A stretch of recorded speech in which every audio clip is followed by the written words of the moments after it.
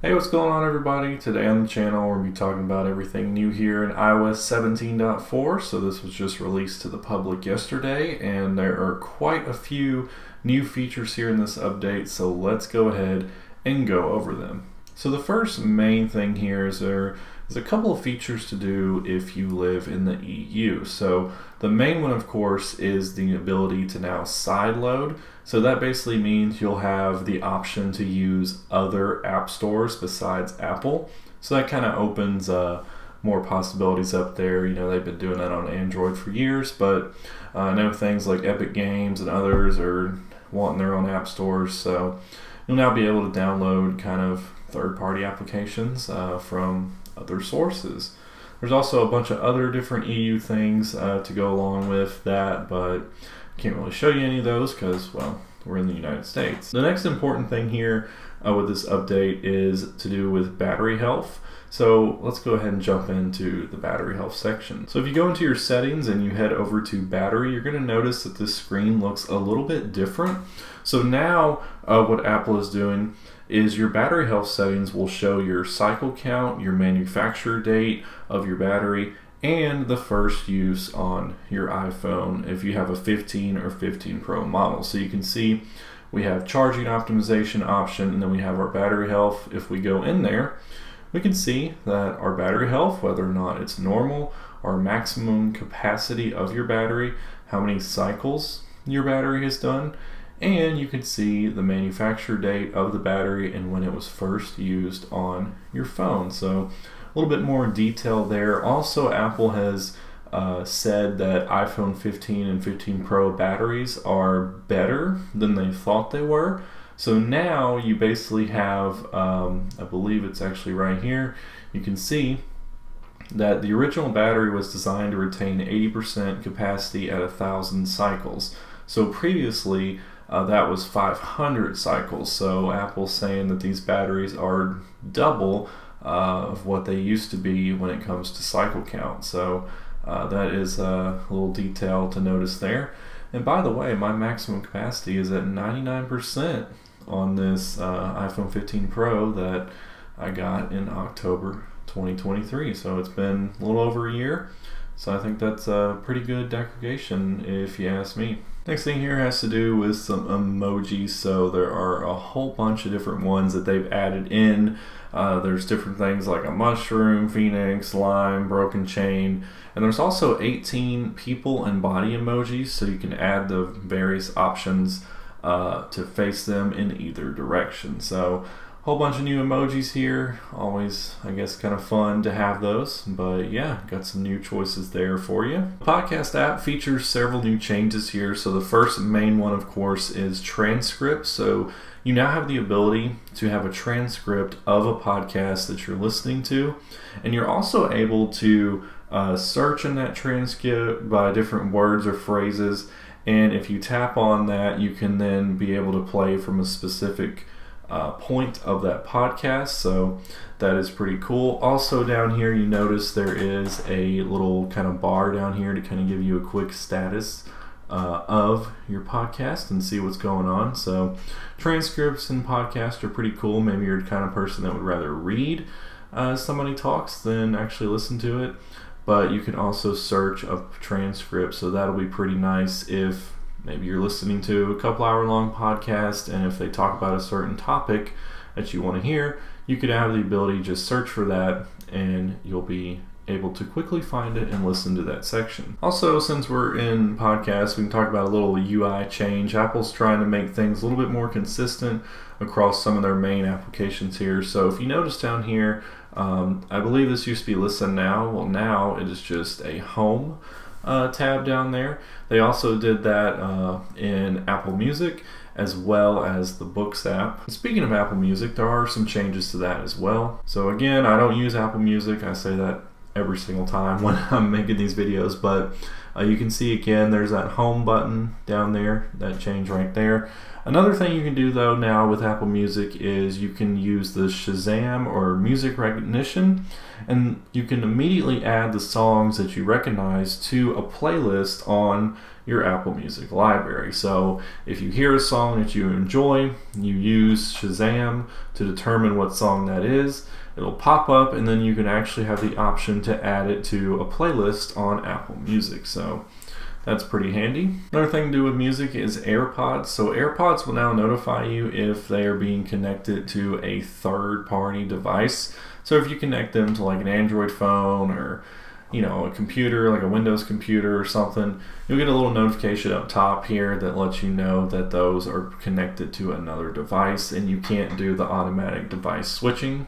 So that's a little handy feature there. A couple things to do with messages. So Apple talked about this a couple of weeks ago, but now it's here in iOS 17.4. So we now have the new PQ3 encryption standard here. So there's this big long blog post on Apple's website that goes all into depth about everything here, the encryption, how it works. But this is going to be good for the long term. It's going to make your messages more secure. So that is always a good thing. So you can read about that on Apple's website. There's also a new message for business settings. You can go down here to the bottom in messages. There's a new option, messages for business. And it's on by default. You can see business updates. So it says get updates on your orders and other transactions if you've chosen to receive them on a business's website. So this is going to be a new option kind of rolling out. So if a supported company does this, you'll be able to get kind of iMessages for status updates on your order. Another thing to do with messages here is messaging with Siri. So now Siri has the ability to announce messages you receive in their supported language. So it says Siri will also read messages using the languages in this list. This will not change the primary language setting that she responds to. So basically, if you get texted in a different language and you have the read messages function on, it'll actually read it back to you in that certain language. Apple recently added stolen device protection here, and there was a security delay thing. So if you had to disable it, you had to wait a certain amount of time to re-enable it. Well, now they have away from familiar locations and always. So let's say you had to take your phone to like Apple Store or something to get it worked on. You would have to disable this setting. Well, now you can immediately, just have it work right here with away from familiar location.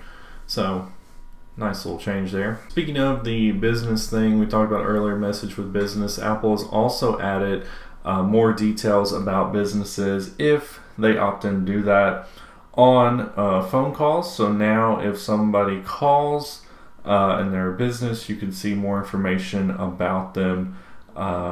Different things like that, like their business name, logo, and department, without actually having to put that information in your contacts. If you have an Apple Cash card, you can now have a virtual card number that will allow you to be able to pay with Apple Cash and merchants that may not accept Apple Pay. So you can basically set up that virtual card number, and you can use it like an actual debit card.